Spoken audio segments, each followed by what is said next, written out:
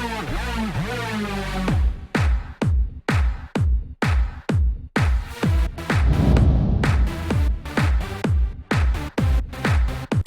out to everybody out there on White Street. You already know what it is. Salute to everybody. What's going on, y'all? Welcome back to SteveBussaGS. We got another scorecard reaction for you guys, and you already know what it is. Kufis has an absolute amazing track with this one. A couple of points of disclosure before we get into it. I'm already familiar with the song and the video for this, but I wanted to share it on my channel for my audience to be able to see and take it in and also support him and everything that he's doing in the creation of this. He sent me this originally. This was actually just a verse, the first verse, followed by like a minute and a half of like shout outs and like mixtape talking and stuff like that. I told him right from the rip, I told him, you check the receipts on this. I was like, yo, this shit is perfect. This first verse that you did up until a certain point was like legit flawless. Like this is just good music. There's no way of getting around it. Everything about it was beautiful. The bars were there. The feeling was there. The legitimacy was there. The message was there. I told him this is like that. What I told him like this is that shit with like Jada be talking about. Like if they sold CDs in the pen, he'd have went platinum by now 10 times over. I was like, this is on that level. This is what that did for me. This is what that is for me. Then he sends me the video and stuff like that. He did this whole video from his phone. He sent me like the second. Like I've heard it, I've seen it. It's amazing. I just want to share it with y'all. Do me a favor, run the gauntlet, hit the like button, hit the subscribe button, little bell notification guy. Down in the comments below, I want to know what your favorite bar or what your favorite stanza, whatever it is, from this song was. Put it down in the comments below. Shout out to Kufis. Let's get into this, man. I'm telling y'all right now, this is an amazing song. This is such a beautiful track, and knowing that going into it, I just want you as hype as I was when I first listened to it. Your face is going to be scrunched up. Like, let's get into it. Let's enjoy the music, and let's celebrate the artist. Give my man his flowers. I've been preaching that Kufis is a fucking monster for a minute now. Let's get it. Make it big. Plus the mood music fucking beat and sample and shit like that in the beginning. As soon as that came on, I was already in. You know what it is. Keep your eyes on. Yeah. Keep your eyes on. Pain music, man. Keep your eyes on. Only the real ones gonna feel this. Keep your. And I talked to him about that too. So like one of the big things that he wants to do is he's on a mission to bring the street people and the YouTube backpackers kind of together and introduce them to each other's music styles and flavors and shit like that that you may or may not listen to depending on which camp you fall into. And at first, I'm not gonna lie, I'm on record of being against that. And I was like, why are you being nice to everybody? Just start taking heads off, because that's who I am. You know what I mean? I'm all about putting heads on pikes. I got battle rapper in my blood. And as I've communicated with him and I've had a few phone conversations, and we like talking about like the reasoning behind stuff, and like he's right. I submitted. I was like, look, man, there's no money in my mentality in the way that I've been going about this, whether it's my attitude towards like the YouTube community and shit like that or whatever it may be. I'm on board now. I'm game. And when you talk about like the real ones that are gonna feel this, like I believe that. Like this is like one of those type of tracks, but it always brings me back to those conversations. You know what I'm saying? Like this one isn't necessarily for everybody. This song is definitely geared towards those who have lived a certain lifestyle, who have experienced certain things. Like if you don't know anyone that's ever been locked up, if you don't know anyone who's ever been through some shit, like yeah, you're probably not gonna relate to this one. It's not gonna hit as hard. And it's like, it's just, I love that he has the respect from both camps, and that he's still choosing to put music like this out. And that's my 2 cents on that. I got a call from my youngin', he sounded a little stressed. He told me for the past few weeks he been depressed. He said he really need to get some shit off of his chest. He told me that he loved me and really wished me the best. I told him, don't be talking like that, nigga, you blessed. Just come to the crib for a couple days and rest. He said he ain't gonna rest until them niggas taste death. He ain't slept in a week, he lay in bed with his tech. Man, you only 25, you ain't got nothing to prove. He said, dead or alive, he ain't got nothing to lose. There's rules to this game, but it changed over time. Just imagine where it be if we ain't have no LeBron. A lot of niggas be taking their shots, but yo, like the idea, like this is it's such a big deal too. Like when you're looking at the concepts that he's going into and the depth of every line. Like, I could literally, like, I'm trying to, like, let y'all just enjoy the music and shit like that. I don't want to keep pausing it. You could literally pause at almost any point in this video and have so much to talk about. Like, whether it's not like, yo, imagine if we ain't have LeBron, like, if you didn't have people to start looking up to, just the idea of, like, where in the hood, when you're looking up to, like, who are the people that we look up to, who are our heroes, who are the people who are speaking out for us and shit like that, versus, like, I ain't got nothing left to lose, like, that mentality. If you've ever been in that position with your back against the wall, and it's like, yo, it doesn't matter what happens, there's nothing you can do to me at this point. It's just certain bars, man, and the way that they land, it's like you're gonna overlook them if you haven't been there. But for the people that he's speaking to and shit like that, man, like, every one of them are just heavy. Like, these are real conversations that have been had. These are real situations that you've been into, and he finds a way to pen them in music so flawlessly that it doesn't seem forced. Like, you can tell that he wasn't writing a bar.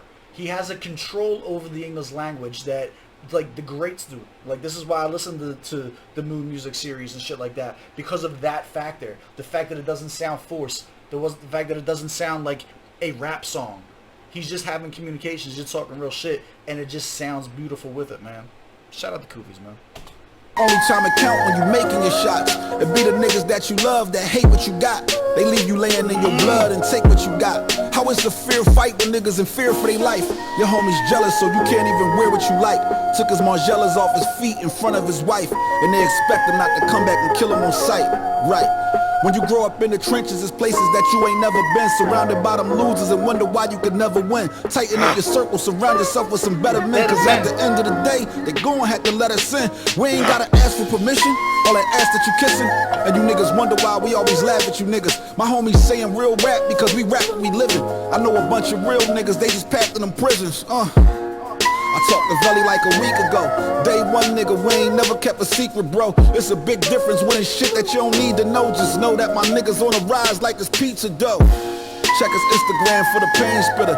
He ain't never changed up, always been the same nigga. I'm just dropping jewels, I'm just giving you this game, nigga. I'm just dropping jewels, I'm just giving you this pain. The type pain when you call home, first person answer.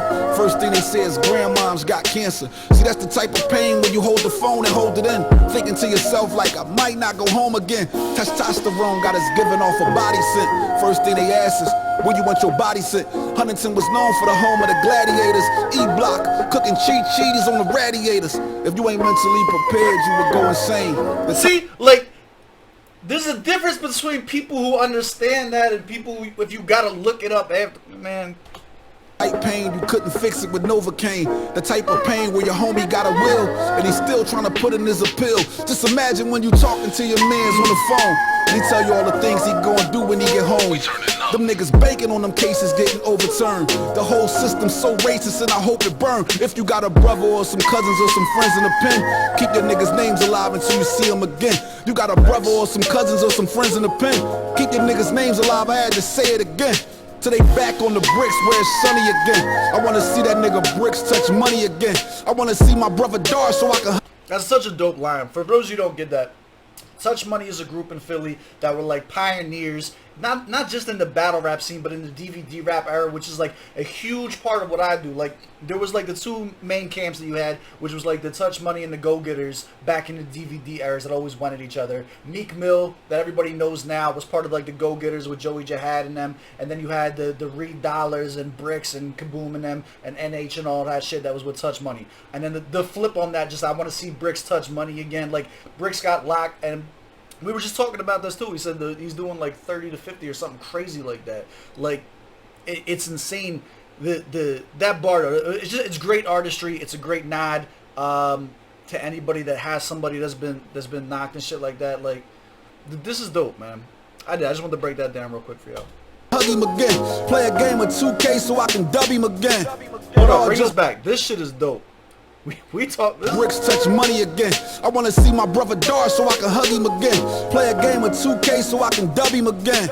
But all jokes aside, that's my favorite bar. So I said I wanted to know what y'all favorite bar is. Like, that's real shit too. Like, I was telling them, like, when when you have these conversations and shit like that, you're talking to somebody that's been in, you get that press 9 phone call and shit like that. Like, it's not, you don't be all dreary-eyed and stuff like that. Like, that's not the tone and stuff like that. The tone is always hopeful and shit-talking. Like, it's never like, oh my God, things are going to be this way forever. It's like, nah, yo, as soon as you get out, I'm going to bust your ass as soon as you get back. And it's like, it's bars like that that's like, I don't know, man. It's what it brings the reality into the artistry that makes it that dope, that makes it that level. Because anybody could write bars about having people in prison, whether they know it or not, whether they've experienced it or not. You're not gonna add something like, if you're not of the culture, unfortunately, if you're not living that life, you would never think to put a bar like that in there, because it would come off as disrespectful. Like, if you don't know, then you're gonna listen to it like, why are you talking, like, yo, this guy's got it, like, the next X amount of years away. Why are you talking about you want to do something like, and it's like, you just wouldn't know. And it's shit like that's bridging the gap, but speaking to, he's bridging the gap, but it's shit like that is speaking to one camp specifically, that is gonna give you your badges, gonna give you your stripes and shit like that. That's why I fuck with it. That's my favorite bar there. Just wanting to win, 100 Kufi, but I keep that shit 110. They try to close the doors on us, never wanted to sin. While my bros running it up, y'all was running it in. Kufis. Keep your eyes on. Keep your eyes on me. Keep your eyes on.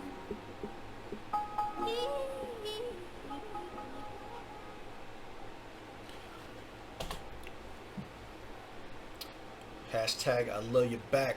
Shout out to Kufis, man. We'll pull it up on the scorecards. It's not necessarily the type of song that we would or wouldn't score. Obviously, we don't score if like someone's passed away or something like that. But a hopeful jail song and shit like that, when we talk about people getting knocked, that's not outside of the realm. You already know where it's going. I think this is a perfect track. I think it's absolutely beautiful. But this is scorecard reactions. And y'all don't come to see my face. Y'all come to see the scores. Let's pull it up. Yeah, we're fans. We're fans, if you haven't noticed. Target audience for this, yes. I do believe that even the people who are going to click no for this are still going to enjoy the song. I still think it's that good. Proper setting for this. This is darkroom music. This is 100% darkroom music. Ghostwriter, I'm definitely getting mood music vibes. Definitely mood music vibes off of it. Bars, lyric, 25 out of 25.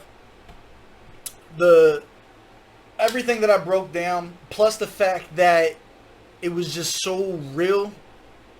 He had the similes and metaphors in there. He had the bars. He had the storytelling, and he blended it all well. Like, I don't even normally like storytelling tracks like that, but he started it off with the first couple bars with like setting the scene and setting the story and shit like that, and it just flowed well into it. And then you still had the sprinkling of like the bar and the artistry here and there. Like, it went over really well. Delivery was absolutely perfect. It's more than just the delivery, like the flow, it's the tonality. Notice how the tonality never breaks. You know, a really fast hibbity shit is not going to sound, it's not going to convey the emotions that they're trying to get across here. You know what I'm saying? Like, it's going to take away from it. Even if it's like the cleanest chopper flow in the world, it's not, it's going to combat and it's going to bump heads with the overall message of the song. And that's why I wouldn't mess with something like that. I think he chose a perfect tonality, a perfect flow, a perfect pace for this. The beat selection was phenomenal. 15 out of 15. Sound quality mixing, 15 out of 15. Shout out Kufis for doing this all on the phone too. Effectiveness, 10 out of 10. Enjoyability, 10 out of 10. This drum was a perfect 100. Do you agree? Do you disagree? Drop down in the comments below. We'll have a conversation about it. As always, I love y'all. I appreciate y'all coming to hang out with me, and I will catch y'all on the next one.